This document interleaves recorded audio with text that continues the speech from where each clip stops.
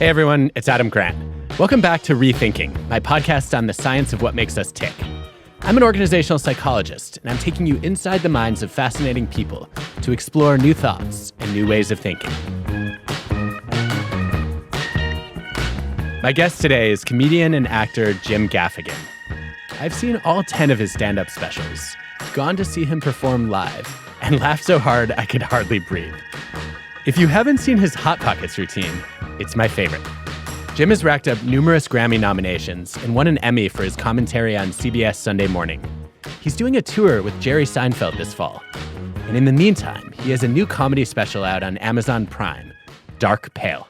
Sometimes when people find out I have 5 kids, they think I'm good at parenting, which is kind of like assuming people with lots of cats are not crazy. I have no idea what I'm doing. And there's no learning curve. It's not like when you learn from one child, you can apply to another one. Because kids are annoying. They're like individual humans with their own interests. I encounter this constantly. I'm like, all right, you want to play basketball, you want to do parkour, and you want to do karate. Well, you're all doing basketball. Because this guy is only making one trip. And if you don't like it, you can blame your brother, whatever his name is. I couldn't wait to talk to Jim about the psychology of comedy. There is a rumor on the internet that you slept on the job so much pre your comedy career that you had to be woken up to get fired. I did. I did have to be woken up to be fired. And I think the greatest irony, outside of the fact that my boss, she had to wake me up and say, Jim, we got to let you go, is that a friend of mine, Dave Attell, had that as a joke before it even happened. So I can't even claim that as a joke because someone had already done it. That's amazing. What happened? Like, did somebody literally just tap you on the shoulder and be like, Jim, wake up, you're fired?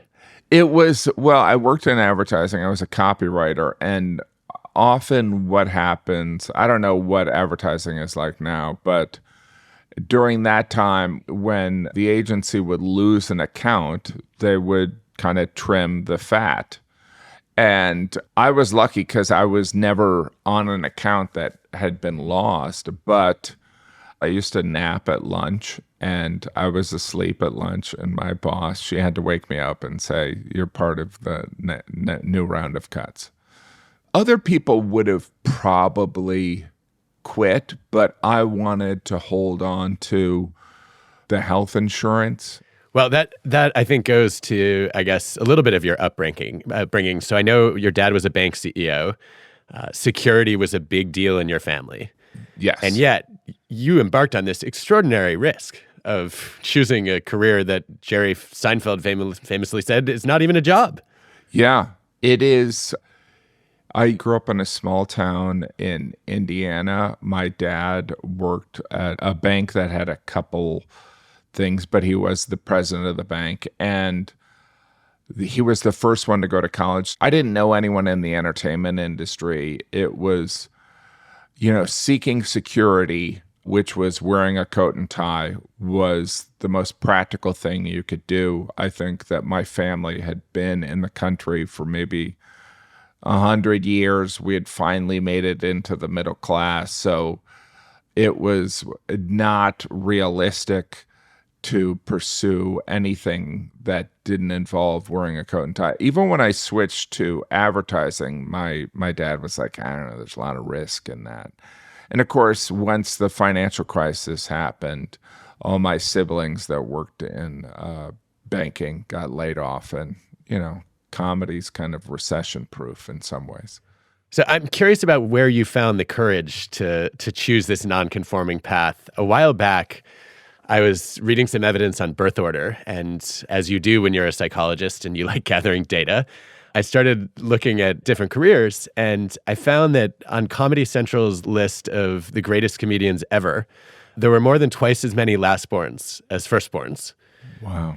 And they were especially likely to come from large families. That's interesting. And you are a lastborn from a large family. What is going on here? I think that's interesting. There is something about the youngest kind of being a mascot, there is something also about, in larger families, a certain fatigue, and the parental skill set has improved dramatically. So the reactionary kind of parenting style is probably adjusted.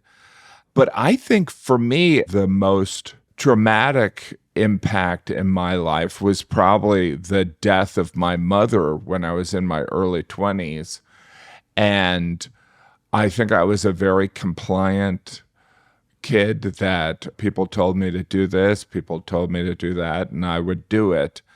And then with the passing of my mother, it was, I started questioning things. What was it about losing your mother that led you there? Was it like, life is too short to waste my time on this? Yeah, and I think the injustice of things are not fair, and there is some life is too short, but also I was raised to believe, you work in a job for 20 years and then you play golf for 5, and that's a great deal. I was lucky enough, my parents paid for my college, but they kind of steered me away from things that I was interested in. Like, I remember I wanted to study sociology, and I wanted to study psychology, and they were like, no, don't do that. So I think I was a slow, not a late bloomer, but I was kind of slow to get my own point of view on things. So tell me a little bit about your early days in comedy.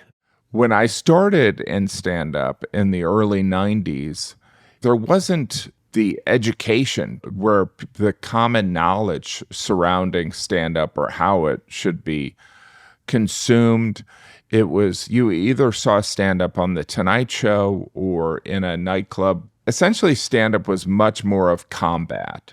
People were culturally kind of confused by it. People that did stand-up were usually far more eccentric. Stand-up is now much more of a middle-class occupation. Now stand-up is something that people consume regularly. And with YouTube and satellite radio and, Comedy Central is not as big as it used to be, but, people could sit at home and just consume stand-up comedy and get an education on it. And so a 13-year-old today knows more about stand-up than a 40-year-old did in 1993.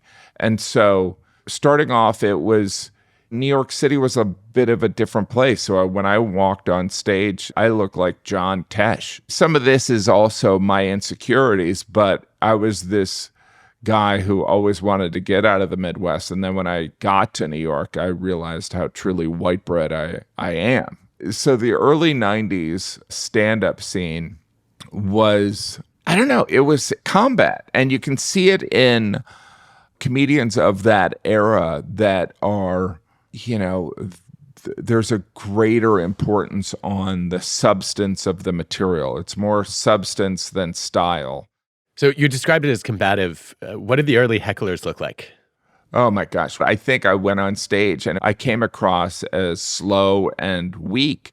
So people would interject. I came to the realization that I had to just keep talking. And so what I would do is I would speak for the audience and kind of like, oh, that's weird, And some of it is I would kind of heckle myself. And that's something I had done as a teenager. If I had shown up late to a meeting, I would, or to meet someone, I would just speak for them and it would kind of disarm the situation. But so the inside voice was an effective tool for me to keep talking and also for me to disarm an expectation in the audience. And even if it was a paranoid view of mine that an audience member wouldn't have, I was giving voice to it, and hopefully it was providing some humor. Wait a minute, you started doing this, making excuses as a teenager? I was always aware that speaking for other people, not assuming what they would think, but if you're late to meet someone, if you can either say, I'm sorry I'm late, or you can speak for them and be like, I can't believe you're late. You know what I mean? It's like, I'm treating you to lunch and you're late. And so if you articulate that, it can disarm how that person perceives the situation. It's kind of a step beyond an apology and an acknowledgement that you've done something wrong. So the next time I'm late to a meeting, I should just walk in and say, "What a jerk, he's late." Yes, I can't believe that. Yeah, I think there is something strangely empowering about that. And, I guess people want to be understood. That's why I think stand-up is so interesting, because often when an audience turns on a comedian, it's not just that they're not funny, it's that the audience feels misunderstood. So when they don't understand what they're saying, I think the audience might even leap to like, are you saying we're too dumb to understand this? So like it's miscommunication to the point where it can turn into a hostility. It's a really interesting take on self-awareness to say that. I think so. Yeah, if I can speak for you and show you that I've anticipated what you're thinking and feeling, then it's more meaningful than me just telling you how I feel about what I've done. Absolutely. I love that. It reminds me a little bit of something Danny Meyer said to me a long time ago. He said, the most important lesson I've learned in my life is that your interactions are like you're driving a boat and you're leaving a wake behind you. And most of the time you can't see it because you're not looking in your rearview mirror, and you've got to be aware of your wake. Yeah. I mean, I've been doing stand-up for 30 years, and that's not to say that I always follow this, but I believe that comedy has an aftertaste. And people never think about this. The reality is that we can laugh at things that surprise us. We all have that friend that's kind of bitchy and mean that we might laugh at what they say.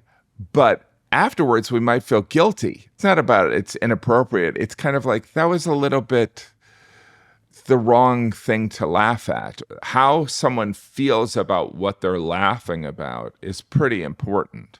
People love put down humor. People love kind of us and them stuff, but it's not the best aftertaste. It's kind of like eating McDonald's. It's like, it tastes good, but afterwards you're like, why did I do that? What would a Jim Gaffigan conversation be without a McDonald's reference? But yes. You're really speaking to something that I've thought a lot about when teaching leadership, which is a lot of leaders learn that they can command a room's attention and also engage people with humor. But it often sort of ends up excluding someone or offending someone. And so from time to time, I've told my students that if there's a cardinal rule of humor at work, it's that you should make fun of yourself, not other people. There is something really interesting because, you and I, we both do these corporate events, right? And they're different from a show. They're different from when you're touring with your books. They serve a different master, right? The whole thing is this corporation wants to provide insight, entertainment, but they also don't want to alienate anyone. But I also feel as though it's easier for you and I to say things in a corporate setting than someone that's, well, I'm going to go into a review with this. She's going to review me, so I'm not going to piss her off, but I'm glad that this guy is pointing out this thing. So there is a fine balance of where I think they do seek some irreverence, or some questioning, but they also don't want you to burn down the house. Yeah, I think that's exactly right. As an outsider, it's safe to poke fun at the people in power because you actually have no power. Yeah. Like you're going to leave today and you're not going to influence anything that happens in the organization. But if you're the boss, a lot more dangerous. Yeah. Yeah. I think at corporate events, it is such a unique thing in that it is not, obviously it's the real world, but it's from like a writer's perspective, it is not a true sampling.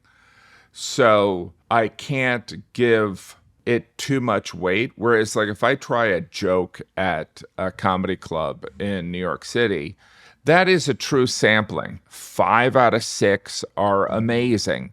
And then the 6th one, I won't get the reaction that I think I should get.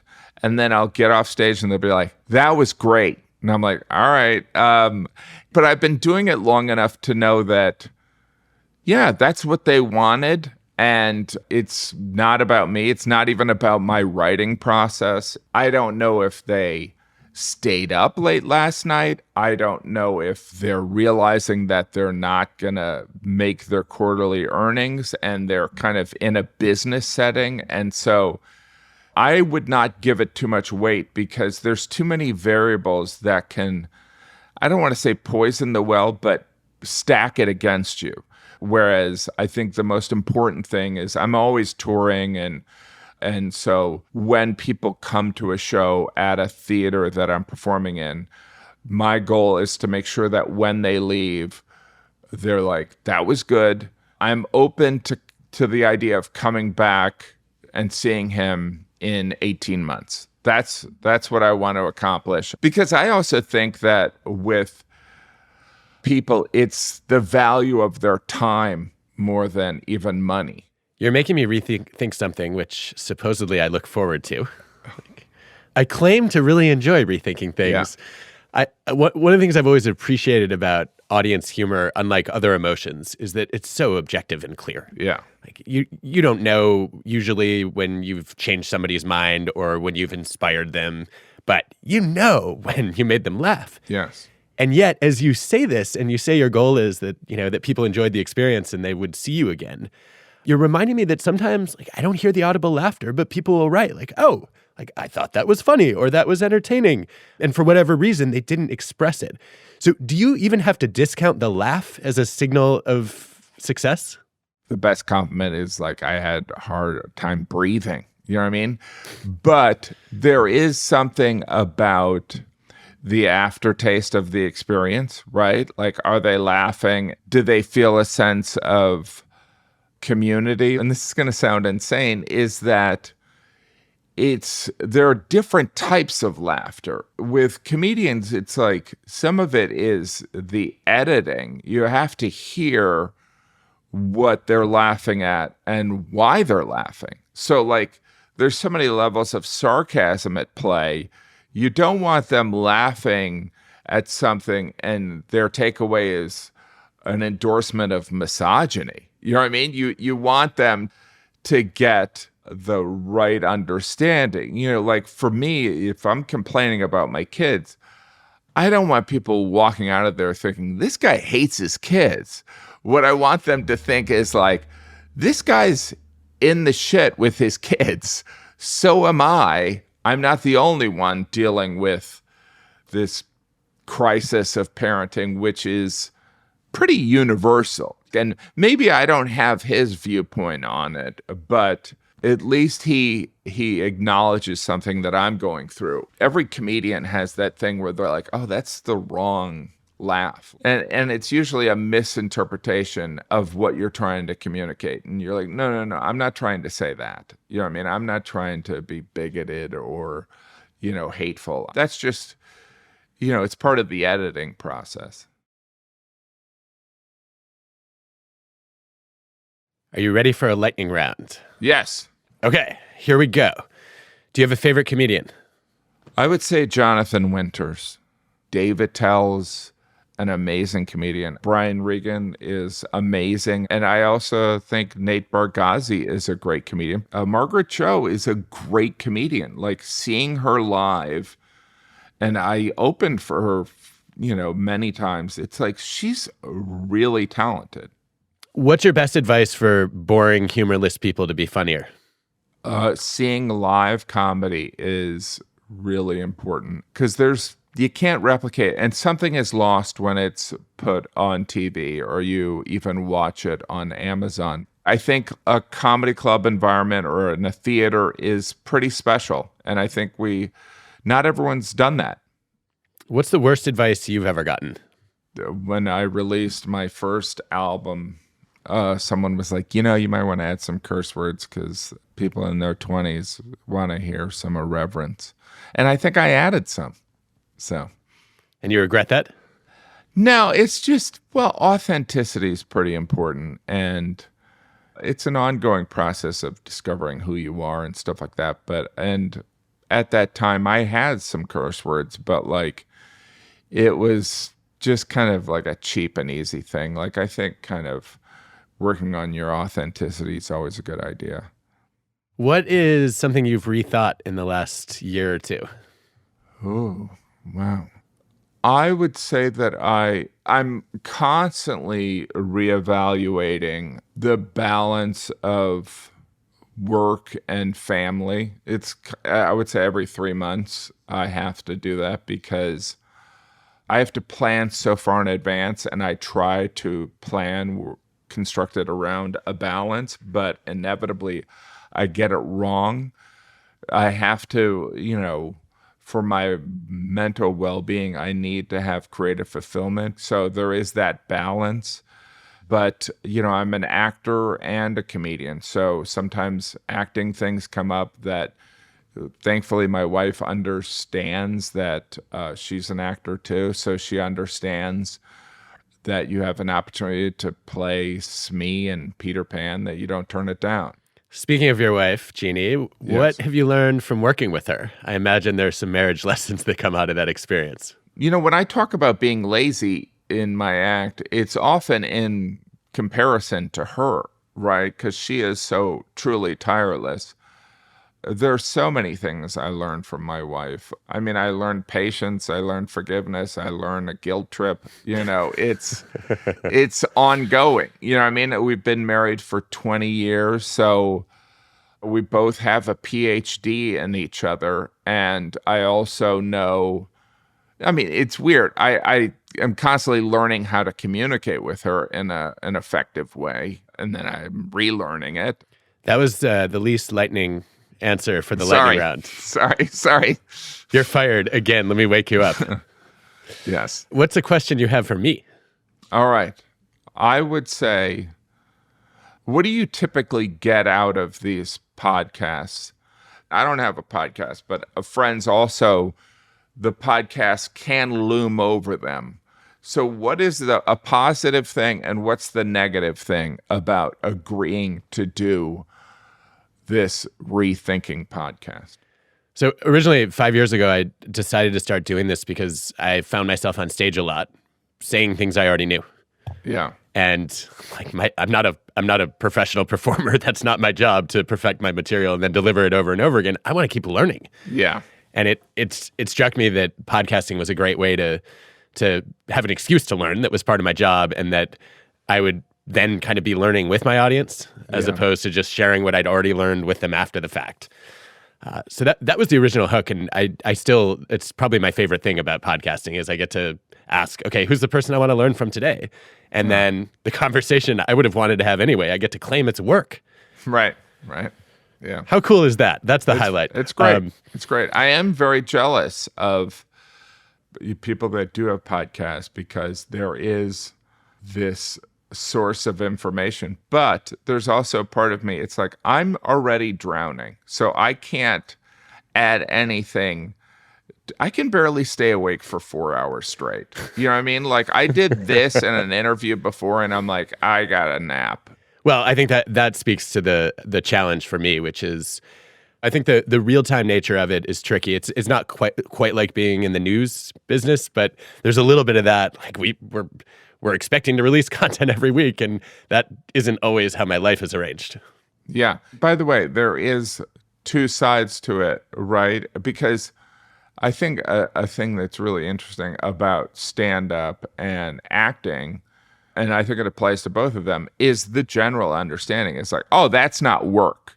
Oh, you get to talk and you get insights from these people. But the reality is there is work involved in that. I remember I had done this television show and 2 episodes had aired, and I was at some breakfast buffet, and I was the lead actor, and it was so exhausting. It was the hardest thing I'd ever done.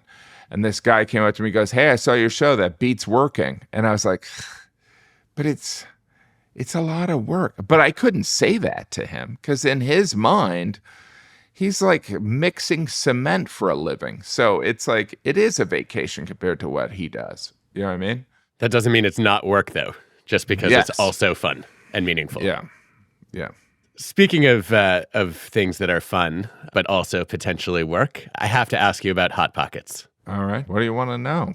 I think one of the things I always loved about Hot Pockets in particular was it's one of the few comedy routines that truly appeals to any age. Never really see that on a menu when you go out to dinner. Let's see, I'll have the Caesar salad and the Hot Pocket. Is your Hot Pocket cold in the middle? It's frozen. But it can be served boiling lava hot. Will it burn my mouth? It'll destroy your mouth. Everything will taste like rubber for a month.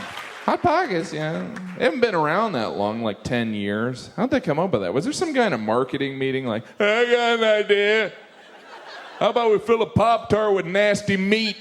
There is the vegetarian Hot Pocket for those of us that don't want to eat meat but still would like diarrhea. Hot Pocket.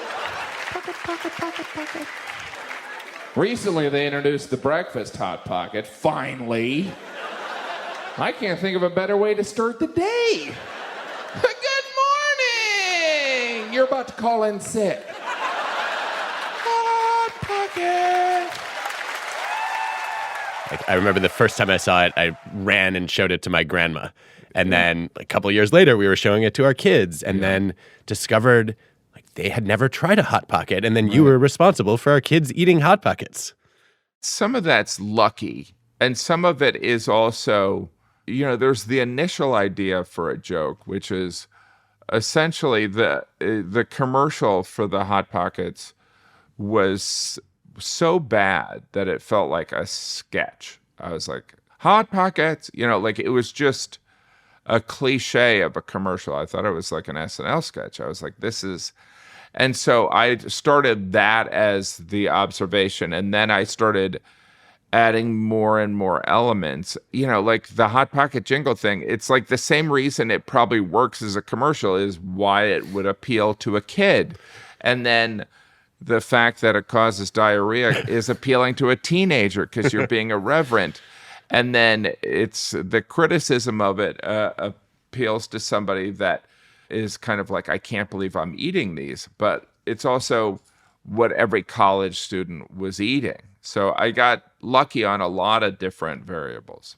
Yes. I'm just thinking it never hit me until now, but it's ironic that this bit came out of a commercial because a little known fact about you is you were once upon a time Salesman of the Year because of your commercial performances. Yes. I mean, I was a copywriter and then I ended up being in a bunch of commercials. And the great irony is my dad was still alive and my brothers and sisters were very successful in finance and stuff like that. So I was, for a 6-month period, I was that guy that was in a bunch of commercials. And so Business Week kind of did this article, Salesman of the Year. And so I just kind of hung that over my brother and sister's heads and my dad. Rightfully so. Yeah. Another maybe unexpected role for you was in The Experimenter. For anyone who's not familiar, Milgram was studying obedience to authority in the aftermath of the Holocaust. He famously found that a surprising number of people were willing to deliver what they thought were painful electric shocks to someone in another room just because the experimenter ordered them to. How did being the actor in the Milgram experiments shape your thinking about human psychology? So there's the psychology behind the Milgram effect made me realize that, people are susceptible to things that are they might be predisposed to. The Milgram thing, that was also a reflection of how people will just do things because they're told to do it. You know what I mean? Even though I was playing the guy yelling in the back room, but people were essentially torturing someone, which kind of ties into what was happening in World War II and all of this, and just how human beings, we just rationalize stuff. Actually, it's really interesting because in the last decade or so, a lot of psychologists have been reinterpreting the Milgram experiments, digging through the unpublished data and trying to figure out what else can we learn that he didn't see. And one of the big findings is that a lot of people didn't believe they were really inflicting pain Really? on the learner.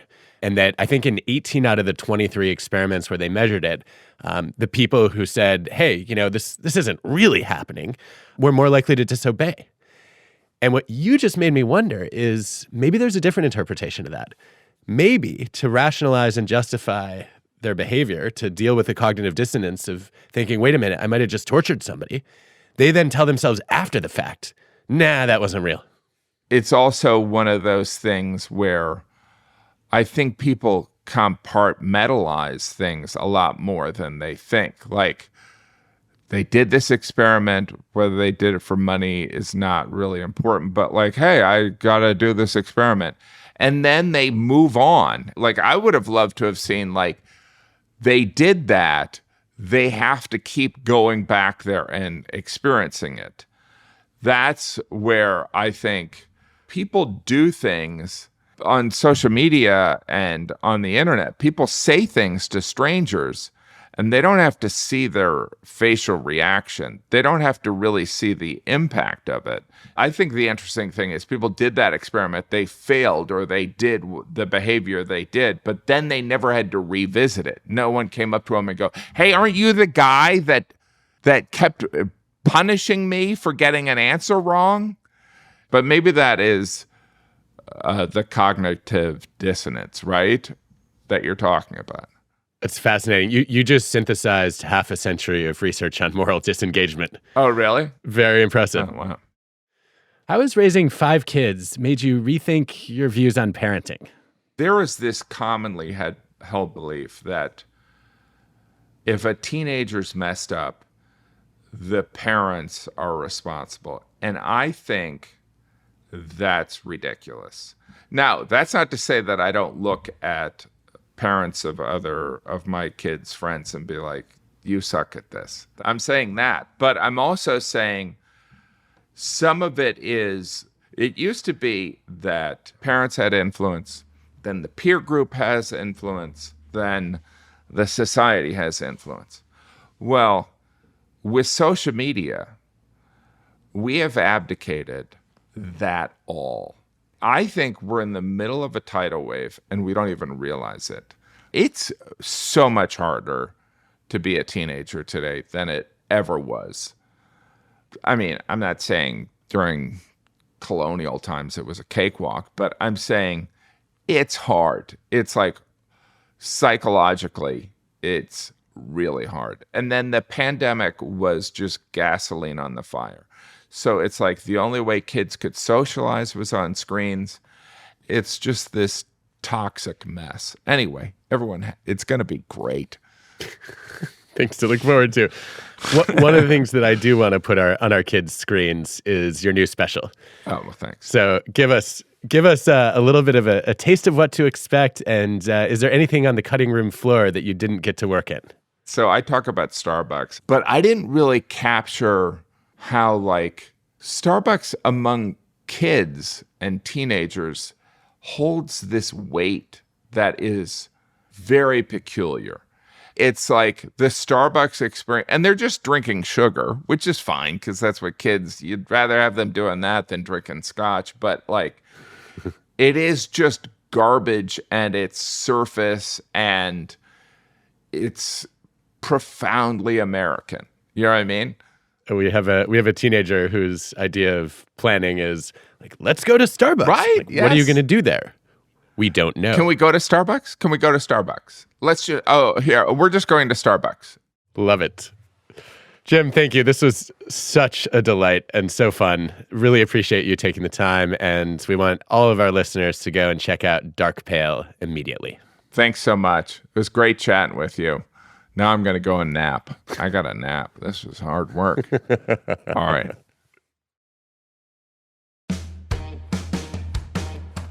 I love Jim's point that comedy leaves an aftertaste. Whenever we make a joke, it's easy to over-index on the laughter in the room and under-index on how we leave people feeling afterward. It reminds me of that quote, often misattributed to Maya Angelou, that people will forget what you said, they'll forget what you did, but they'll remember how you made them feel. I think what Jim has added to that is how you've made them feel is not just something that occurs in the moment. there's a delayed reaction, and that's the one that ultimately matters. And I'm pretty sure you don't want the aftertaste to be anything like Hot Pockets. ReThinking is hosted by me, Adam Grant, and produced by Ted with Cosmic Standard. Our team includes Colin Helms, Eliza Smith, Jacob Winnick, Asia Simpson, Samaya Adams, Michelle Quinn, Ben Chang, Hannah Kingsley Ma, Julia Dickerson, and Whitney Pennington Rogers. This episode was produced and mixed by Cosmic Standard. Our fact checker is Paul Durbin. Original music by Hansdale Sue and Allison Leighton Brown. Do you send yourself a lot of emails that you don't receive? I feel like I do. Like the reminder, there's different things that you use as reminders, but I usually forward things to myself, and then sometimes they don't send, and then I'll see them in my outbox in 6 months, and I'll be like, oh yeah, that's right. I'm all about organization. It has to be a funny experience to like, yeah, that jerk never even answered my email. Wait, that was me. Right? Yeah.